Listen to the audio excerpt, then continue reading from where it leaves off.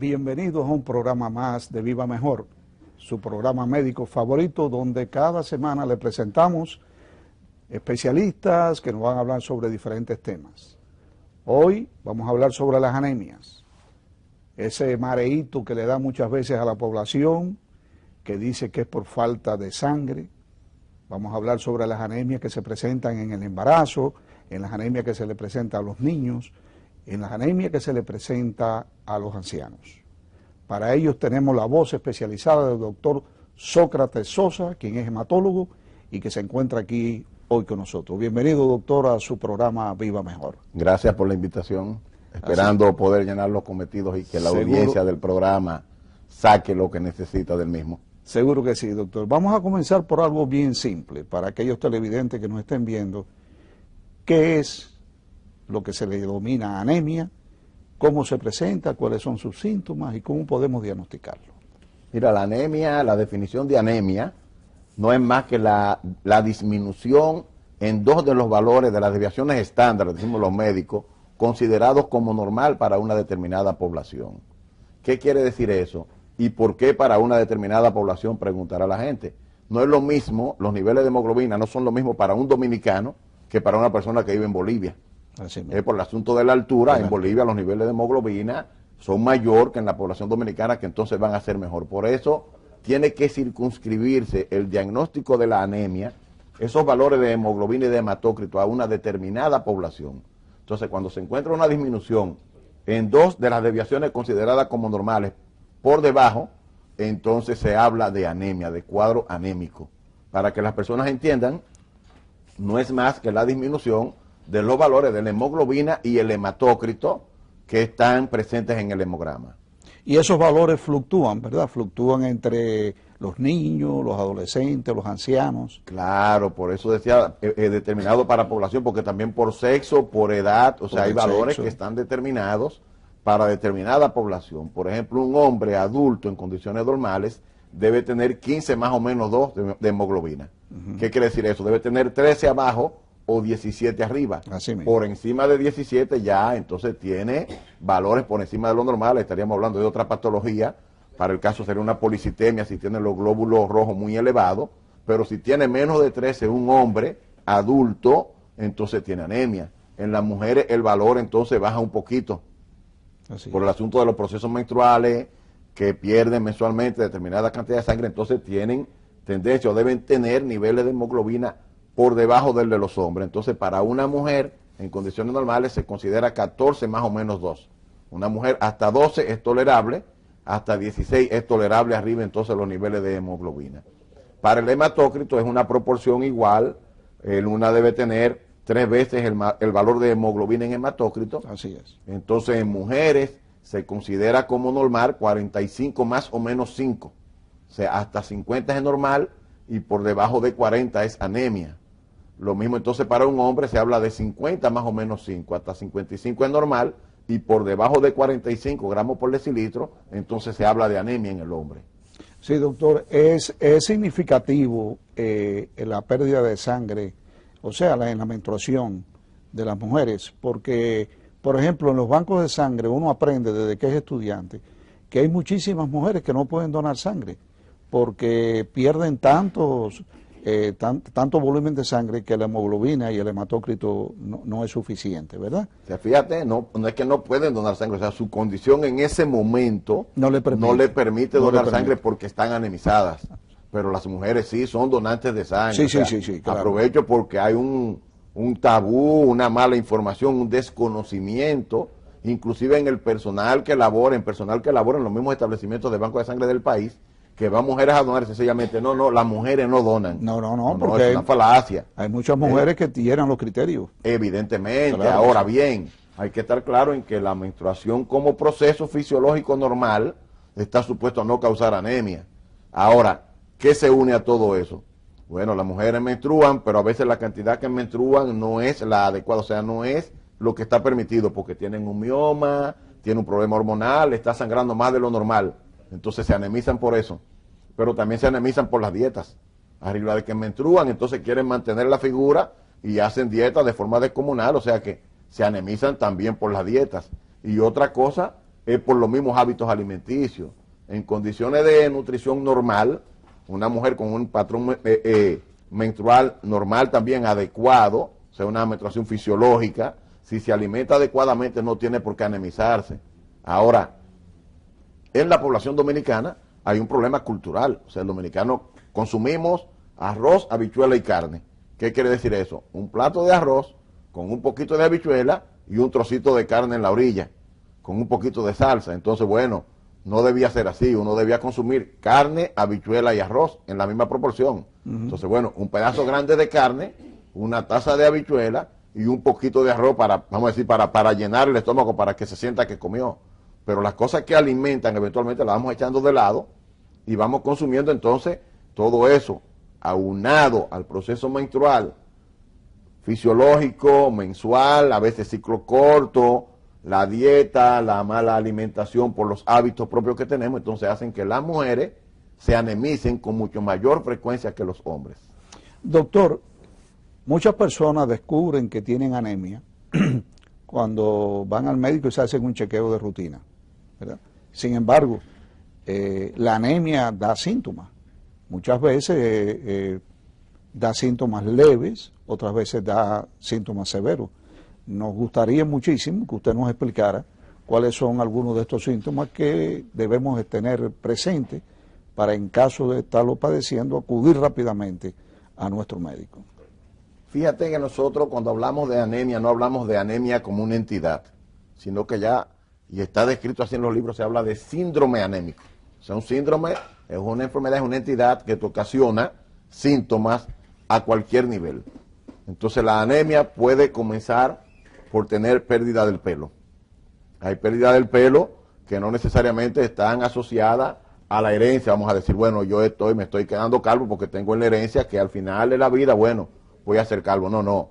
Mira, se me está saliendo el pelo. Las mujeres acuden con mucha frecuencia al médico, al dermatólogo, porque se le está saliendo el pelo y cuando hacen un hemograma tiene anemia. Fragilidad en las uñas. Las uñas, igual que el pelo, son un tejido vivo. Sí. Necesitan de oxígeno. Como están anemizados, aunque sea mínimamente, entonces no está llegando el oxígeno adecuadamente a esos tejidos y comienzan a degenerar. Palidez marcada de la piel. Tú estás como amarillo, sí, estás amarillo, muy amarillo, entonces bueno, estás pálido, palidez marcada de la piel, palidez de las conjuntivas y de las mucosas. Aquí en los dominicanos es muy común que le hacen a la gente, tú tienes anemia porque sí, le ven la conjuntiva pálida. Sí. Y de verdad que sí, la palidez conjuntival y de la mucosa está también descrita en el cuadro anémico. Sabemos cómo cositas tan sencillas, tan fáciles como esa, son indicios de que hay un cuadro anémico. Conforme se va agudizando, conforme se va acrecentando el nivel disminuido de hemoglobina y hematócrito, así mismo aumentan los síntomas. Entonces tenemos pacientes que, mira, caminaba bien y ahora camino 2 cuadras y estoy cansado. Así o sea, lo que nosotros llamamos disnea. El paciente comienza a tener sed de aire. Sed de aire cuando hace ejercicios o movimientos que cotidianamente hace. Entonces tiene disnea. Puede tener palpitaciones, el corazón puede latir más rápido. O sea, el corazón es una bomba, necesita bombear la sangre para que la sangre llegue. Cuando tiene menos, entonces ¿qué hace? Bombea más rápido. Claro. Y el paciente anémico es capaz y llega muchas veces sintiendo sus propios latidos. Eso es lo que se llama palpitaciones. La gente dice taquicardia. Sí, no es taquicardia, es palpitaciones. El corazón está latiendo y tú le estás sintiendo porque él está tratando de bombear y de llevar la sangre a los tejidos. Pero de igual manera, si sigue agudizándose, el paciente puede tener hasta dolor de pecho y tener, o sea, datos como igual si hiciera una angina de pecho, un componente anginoso que pudiera parecerse o asimilar hasta un infarto en algún momento, fruto de la falta de oxígeno en el músculo cardíaco y de la oxigenación. Entonces vemos como la piel, de igual manera la piel, resequedad en la piel, pérdida de la turgencia de la piel, o sea, se torna seca, se torna descamativa, todo eso como consecuencia de la anemia. Entonces, vemos que la anemia, puede uno tener síntomas que van desde los cabellos hasta las uñas de los pies. O sea, pasando por todos y cada uno de los órganos de la economía, y el paciente entonces pues su vida va a mermar. Hay pacientes que llegan y ¿qué es lo que se siente? Un sueño constante. O sea, voy al trabajo, doctor, y en el menor momento me estoy durmiendo. Entonces eso es síntoma de anemia. necesita oxígeno, no tiene oxígeno para llegar al cerebro y para que ese cerebro se mantenga fluido y se mantenga pensando y haciendo lo que tiene que hacer. Todo esto son datos que pueden empujar, que pueden orientar a pensar al médico en que el paciente está ante un cuadro de anemia, ya sea leve, ya sea moderada o ya sea severa.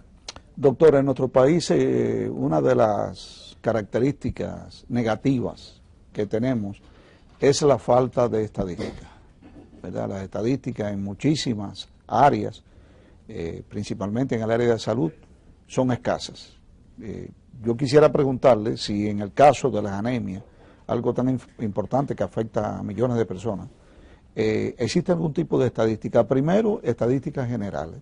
Y segundo, si como en otros países hay áreas específicas donde la anemia es más aguda, que se pronuncia más, se ve más que en otros lugares. Pues fíjense que ahí sencillamente tenemos que corroborar o apuntalar lo que usted comenzó diciendo. Adolecemos de estadísticas.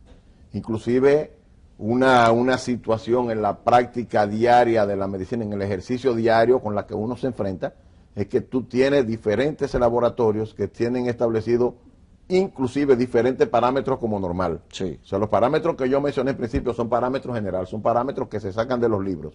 Pero en la población dominicana no se ha hecho por años. Creo que quizás en los años 60 se hizo un primer intento, se cogieron grupos de población, pero nadie puede decir a ciencia cierta, la hemoglobina y el hematócrito normal en la población dominicana es esta. Y a partir de aquí nos vamos a manejar. No, entonces te encuentras con laboratorios que ponen los parámetros de la normalidad al lado del valor que están reportando, y entonces tiene uno la lucha de explicarle al paciente, no, mira, y que te pusieron ahí, claro, que 14 y tú tienes 13. Para la población que uno está acostumbrado a manejar, ese es un valor normal en la población dominicana. Tú no tienes anemia. O sea, basado en la experiencia, en el ejercicio diario, pero como tal, para decir, este es el valor, no existe, doctor.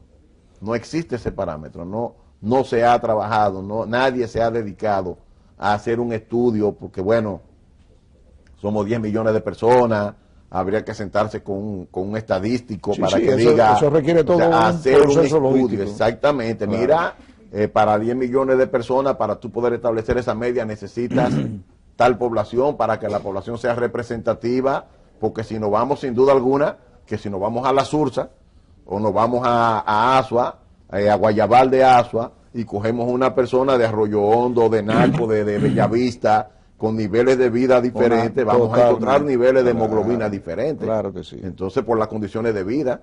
Entonces, para hacer un estudio serio y poder decir, esta es la hemoglobina, hay que estratificar y coger de cada grupo poblacional una muestra significativa o representativa para entonces hacer esa media, y eso no se ha hecho. Sería bueno que se aplicara el eslogan de este gobierno, de hacer lo que nunca se hizo. Es una muy buena oportunidad. Y que de verdad que se pensara seriamente en hacer un tipo de estudio como este para saber cómo estamos. Es muy buena oportunidad, pienso que sí, porque más que bueno, sabemos que en la niñez hay mucha demanda, sabemos que el niño necesita, según sabemos que el niño necesita leche hasta los 5 años, ya después de ahí, hasta que vuelve hasta que entra a la edad ya a la cuarta década, sí. la cuarta década de la vida, o la quinta década, no vuelve a necesitarla porque ya el calcio necesita otras cosas. De igual manera, entonces también podríamos, bueno, vamos a suplir hierro, pero vamos a suplirlo a esa población.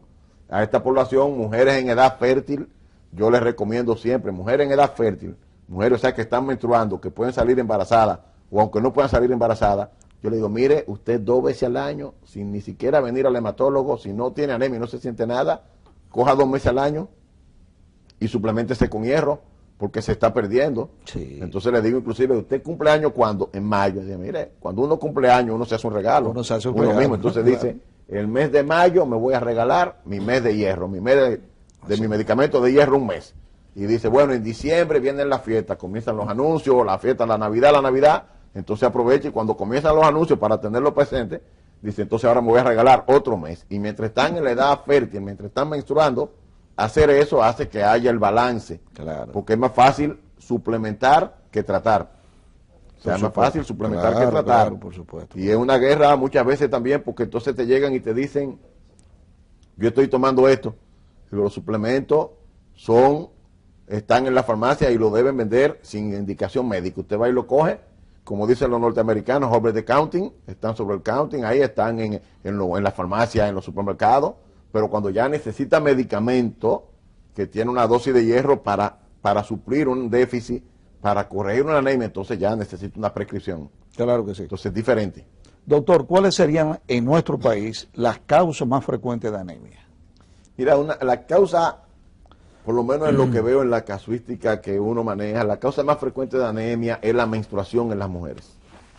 Te llegan con la historia y cuando llegan con la anemia, eventualmente cuando haces el historial clínico te encuentras con que, bueno, me dura 7, 8, 10 días la menstruación. Doctor, me dura 15 días la menstruación. Entonces, tienes la causa identificada. Ya después de ahí entonces entrarían las otras, sangrado digestivo, personas que tienen gastritis, personas que tienen pólipos, personas que tienen hemorroides. Le digo, una persona puede sangrar hasta 50 cc diario por el tubo digestivo y no verlo a simple vista. 50 cc. 50 cc diario. Estamos hablando de que en 30 días una persona puede estar perdiendo alrededor de 1.500 cc de sangre en un mes y no lo ve a simple vista. Se confunde y se va con la materia fecal, entonces bueno, se hace el estudio de sangre oculta en heces. Sangre oculta, claro. Mira, ahí está positivo y cuando tú entonces comienzas a investigar, manda al gastro, mira, sí, tiene unos pólipos, tiene unos divertículos, tiene un hemorroide que estaba sangrando y aquí está la causa. Pero la causa número 1 es la menstruación en las mujeres. ¿Y en el hombre, doctor? En el hombre, doctor, cuando yo me encuentro, como digo, hago el siguiente axioma: macho, masculino, varón, con anemia, por ejemplo, con déficit de hierro, eventualmente sangrado digestivo. Y después de los 40 años, en la gran mayoría de los casos, ya ha bajado mucho las estadísticas, porque anteriormente era 50 o 60, pero ya 40 años es mandatorio cuando encuentras anemia por déficit de hierro, investigar colon. Porque una de las causas principales en hombres de anemia por falta de hierro es el cáncer de colon. El cáncer de colon, que ha bajado muchísimo la incidencia. Anteriormente era una enfermedad de la quinta o sexta década de la vida. Sin embargo, ya hoy lo encontramos en 35, lo encontramos en 38, pero ya por encima de los 40 inclusive es mandatorio hacer una colonoscopía de entrada para ver las cosas cómo están y en función de lo que se consiga, seguir entonces el seguimiento adelante. El cáncer de colon, que es un cáncer silente, asintomático en la mayoría de los casos, que muchas veces lo que nos da un indicio de que hay un proceso de esa naturaleza es precisamente la anemia. Así es. Y la pérdida de sangre. Así es. Ahora bien, una pregunta, hemos hablado de diferentes anemias, vamos a hablar un poquito de la anemia en los niños, que también se ve con mucha frecuencia. Las causas más frecuentes de anemia en el niño. En niños, falta de hierro también. Falta de hierro. O sea, los niños hasta los 2 años de edad, las hemoglobinas todavía no se han definido.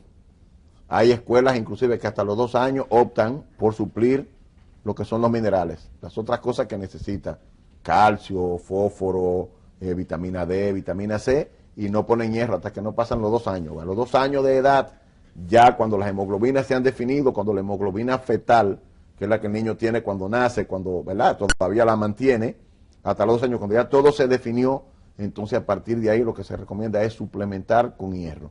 Suplementar con hierro. Tenemos que acordarnos que a los 2 años comienza el ya no, que van con el plato, entonces le ponen el plato con las habichuelas, no, ya no, no quiero, entonces arriba de eso hay que suplementar hierro y tener en cuenta la nutrición de ese niño hasta los 5 años, que es cuando más requieren y cuando más tienen aumento por la demanda de hierro. De otro tipo de anemia que se ve con relativa frecuencia en el país. Mira, en nuestro país decíamos que todos tenemos el negro detrás de la oreja, nosotros decimos que todos somos negros, o sea, no es que lo tenemos, sino que todos somos negros. O sea, las anemias de célula falciforme, la falsemia, o sea, es el pan nuestro de cada día también. Tenemos muchísimos pacientes, o sea, que te llegan con la anemia, otros que son sencillamente portadores, y por el hecho de ser portadores también se manejan poquito con su poquito de anemia y te llegan también, o sea, con el cuadro anémico instalado como consecuencia de una anemia falciforme en cualquiera de sus variables. Doctor, es increíble en este país que, como usted decía, todos somos negros, que muchas personas, hasta edades de, yo me he encontrado personas mayores que tú le preguntas, ¿usted es falsémico? Ah, yo nunca me he hecho la prueba. ¿Y su hijo es falsémico? No, yo nunca me he hecho la prueba. Y uno le manda a hacer algún tipo de prueba, la falsemia en este caso, y muchos de ellos salen portadores.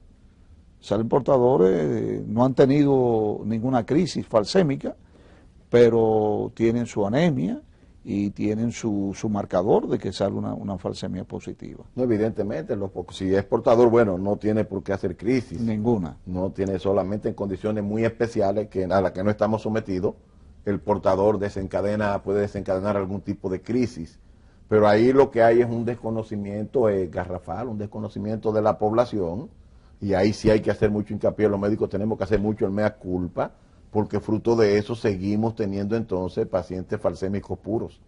Porque como no se identifican, no se hace la prueba, vamos a ver, ven a ver, antes de casarnos, antes de meternos a tener una relación, hazte la prueba a ver, mira, yo soy portador, tú también, entonces ya usted sabe para dónde va. Usted sabe para dónde va. Claro, claro. Bueno, si somos portadores los dos, tenemos un 25% de chance de tener un hijo falsémico. No lo corremos. Bueno, se lo corren el chance, le sale el falsémico, y después de ese entonces, por desconocimiento también, como ya tengo uno, y me dijeron que era 25, 50 me pueden salir portador y 25 sano, entonces vamos corriendo el chance con el otro, pero resulta que es al azar. Sí, es como cuando tú juegas dado. Claro. La posibilidad de que vuelva y te salga falsémico otra vez, te sale falsémico de nuevo el segundo. Y entonces tú tienes familias que tienen 1, 2, 3 falsémicos.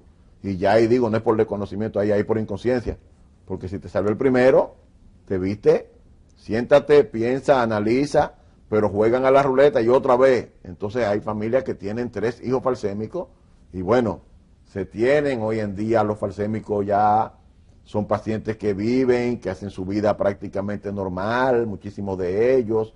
Medicamentos existen para prolongar o espaciar los periodos de crisis, pero aún así no dejan de ser una carga para la familia y para todo el entorno, porque hay que vivir arriba de ellos. Claro. Hay situaciones en los pacientes falsémicos que aceleran o producen crisis, ¿verdad? Claro que sí. ¿De qué debe cuidarse un falsémico? ¿Qué cosas debe hacer y qué cosas no debe hacer? ¿Qué cosas debe comer y qué alimentos no debe comer? Mira, con la ingesta, con los alimentos no tiene ninguna limitación. O sea, el falsémico puede hacer su vida en ese sentido sin ningún problema. Evidentemente, ¿cuáles son las épocas en que más tú encuentras crisis en los pacientes falsémicos? ¿El verano? Sí, tristemente aquí vivimos en infierno y en verano. O sea, aquí hay infierno y hay verano. Ahora estamos saliendo del infierno, ahora vamos a entrar al verano. Porque la temperatura ya, bueno, estamos en otoño y tenemos 30 de temperatura. Y estamos en otoño, o sea que eso hay que tenerlo así. Pero en los periodos en que hace mucho calor, fruto de la deshidratación, entonces el paciente falsémico tiene tendencia a hacer más crisis. Como está deshidratado, los glóbulos rojos deforman, entonces pues se enganchan más para que se entienda uno de otro y se empaquetan y se van a acumular en los vasos de pequeño calibre y van a desencadenar dolor. Y en el periodo de invierno por el frío. Cuando lo que nosotros llamamos invierno. Entonces un falsémico, mira, calor extenuante, tú puedes jugar basquetbol, si te sientes bien, pero juega basquetbol a las 7 de la noche o a las 6 de la mañana. Tú puedes ir a la playa, puedes ir a la piscina, pero ve a la playa entre 7 de la mañana y 9, y a las 9 cuando el sol está calentando, tú te retiras, y si quieres volver al agua, te metes otra vez a las 5 de la tarde. Pero si hace lo contrario, con el calor extenuante, el sol y la deshidratación, las crisis vienen con más frecuencia. O sea, son condiciones que los pacientes falsémicos tienen que manejar y tienen que tener en cuenta. Hay una gran tendencia a explicarles, por ejemplo, a los niños diabéticos, de qué tienen que cuidarse y cuáles son los síntomas o los signos de alarmas ante cualquier desbalance de su glicemia, ¿verdad? Hay una tendencia muy grande también a explicarle a los niños cardíacos qué se tiene que sentir, que si le duele esto, que si le falta el aire. O sea, sin embargo, en la mayoría de los falsémicos, nosotros preguntamos por curiosidad cuáles son los síntomas de alarma que tú tienes que estar atento en caso de que lo sienta, y la mayoría no lo sabe. Y no quiero dejar, nos queda ya 2 minutos escasos en el programa, pero no quiero que usted se nos vaya, doctor Sócrates, sin que nos diga cuáles son los síntomas de alarma que los niños, por ejemplo, específicamente, aunque es para todos, pero los niños deben tener presente que si comienzan a sentirlo, deben recurrir inmediatamente a sus padres. Mire, el paciente falsémico eventualmente siempre tiene los ojos amarillos, siempre tiene ictericia, porque como está destruyendo constantemente los glóbulos rojos, la bilirrubina se fija en la esclera del ojo. El paciente falsémico, desde que comienza a notar que el tinte ictérico, o sea, que ese color amarillento que tienen los ojos, está aumentando, hay que salir y hacer un hemograma. Chequéese los ojos, El paciente falsémico. El paciente falsémico. El paciente falsémico sabe que cuando tiene procesos infecciosos o procesos virales, como están acompañados de fiebre, eventualmente después desencadena crisis. Entonces, tengo gripe, no es lo mismo una gripe para un individuo sin ninguna condición patológica que su organismo va a responder, que para un falsémico. Y evidentemente entonces la parte de los dolores. El paciente falsémico comienza isofacto, los dolores en las articulaciones, los dolores en los huesos largos, dolor de pecho, y estas son las cosas de las que el falsémico tiene que cuidarse. Bueno, pues si usted está escuchando al doctor Sócrates Sosa, preste mucha atención a estos síntomas, y si usted es falsémico, recurra rápidamente a su médico. Doctor, muchísimas gracias por estar aquí con nosotros. Como se nos han quedado una serie de temas pendientes, incluso relacionados con las anemias, espero que regrese prontamente por acá. Aquí estaré cuando me inviten. Muchísimas gracias, doctor. Gracias a ustedes. Y ustedes continúen con nuestro programa Viva Mejor. Muchas gracias.